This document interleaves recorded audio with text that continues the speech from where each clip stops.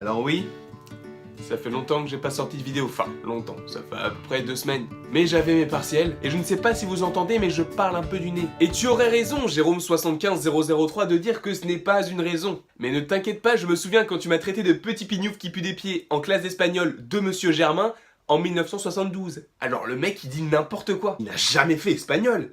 Il a appris LV2 Deutsch. Je n'ai jamais entendu parler de Monsieur Germain non plus. Et franchement, il aurait pu choisir un meilleur prénom que Jérôme. C'est le nom du mec qui a été dégarni toute sa vie, qui porte des chemises à carreaux et des mocassins à glands. Bref...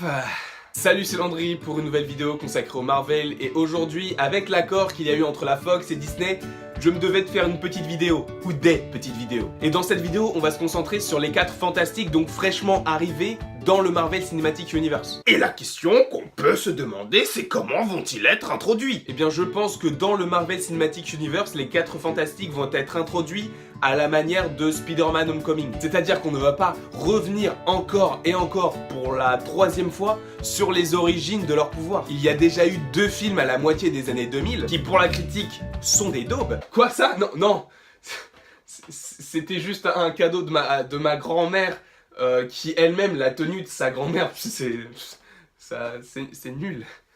Non mais plus sérieusement, moi j'ai adoré ces 2 films. Et il y a eu aussi un film Les 4 Fantastiques en 2015, donc à l'époque toujours produit par la Fox. Donc quand j'ai vu dans le film que Suzanne et John n'étaient pas vraiment frères et que Suzanne était elle adoptée dans un pays d'Europe de l'Est et que comme par hasard c'est une petite savante, je me suis dit que là il partait en couille. Mais j'ai rien dit.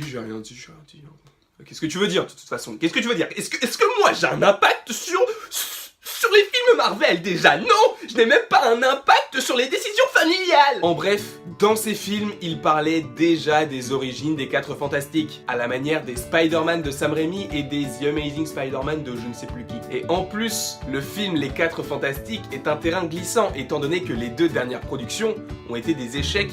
On peut se demander comment le MCU va faire en sorte que le film soit une réussite. Je pense qu'il pourrait les intégrer dans un autre film à la manière de Spider-Man en anglais, dans Captain America Civil War. Donc on pourrait voir les 4 fantastiques intégrer le Marvel Cinematic Universe par l'intermédiaire d'un autre film, style Doctor Strange 2 par exemple, et tout le monde y trouverait son compte. Donc voilà, c'est la fin de cette vidéo sur les 4 fantastiques intégrant le Marvel Cinematic Universe. N'hésitez pas à aimer, partager, commenter, faites ce que vous voulez.